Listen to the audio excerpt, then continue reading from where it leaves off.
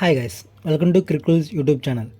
ఈరోజు మనం నిన్న జరిగిన SRH versus MI match review, అలాగే ఈరోజు జరిగే RR versus DC match preview చూద్దాం. ఫస్ట్ నిన్న జరిగిన SRH versus MI match review చూద్దాం. అబ్బా ఇలాంటి హై స్కోరింగ్ మ్యాచ్ అస్సలు చూడలేదు. ఎస్ఆర్హెచ్ బ్యాట్స్మెన్స్ అయితే విరుచుకుపడ్డారు ఎంఐ బౌలర్స్ మీద.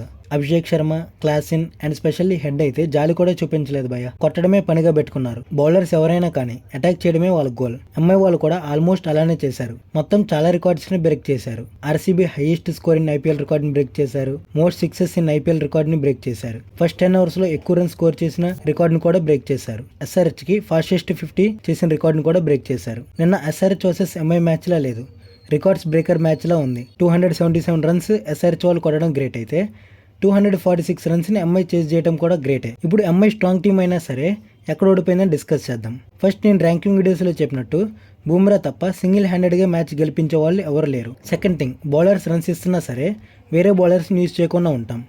ఏంటి భయ్ ఎలా అంటావు, 6 బౌలర్స్ని యూజ్ చేశారు, ఇంకెంతమందిని యూజ్ చేయాలని చెప్పి నన్ను తిట్టుకోవద్దు. నార్మల్ మ్యాచెస్లోనే 6 బౌలర్స్ని యూజ్ చేస్తున్నారు. అలాంటిది బౌలర్స్ మీద అలా అటాకింగ్ చేస్తున్నంటే ఇంకా బౌలింగ్ ఆప్షన్స్ ఉన్నా సరే వేరే బౌలర్స్ బౌలింగ్ ఇవ్వడం తప్పే. టీంలో ఆల్రౌండర్స్ని ఎందుకు తీసుకుంటాం? ఓన్లీ బ్యాటింగ్ కోసమే కాదు కదా, బౌలింగ్ కూడా చేయాలి వాళ్ళు. మనం ఎన్నిసార్లు చూసాం పార్ట్ టైం బౌలర్స్ వికెట్స్ తీయటం. ఏమో ఈ మ్యాచ్లో కూడా అలానే ఇద్దేమో, మనం చెప్పలేం కదా. ఇంకో పెద్ద మిస్టేక్ బూమ్రాకి పవర్ ప్లేలో బౌలింగ్ ఇవ్వకపోవటం. రన్స్ ఎక్కువ స్కోర్ చేయకపోతే బూమ్రాకి లాస్ట్ వరకు బౌలింగ్ ఇవ్వకపోయినా నో ప్రాబ్లం, అసలు బౌలింగే ఇవ్వకపోయినా నో ప్రాబ్లం. కానీ అలా బౌలర్స్ మీద విరుచుకు పడుతున్నా సరే బౌలింగ్ ఇవ్వకపోవడం తప్పే. అంతేకాదు హార్దిక్ కూడా పవర్ ప్లేలో బౌలింగ్ వేయడం ఒక మిస్టేక్.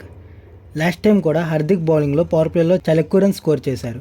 అండ్ సేమ్ ఈసారి కూడా. అన్ని ఎంఐ మిస్టేక్స్నే కాదు, ఎస్ఆర్హెచ్ గొప్పతనం కూడా ఉంది. ఎక్కడ భయపడకుండా బ్యాటింగ్ చేయడం, వికెట్ పడినా సరే రన్ రేట్ స్లో చేయకుండా ఉంటాం.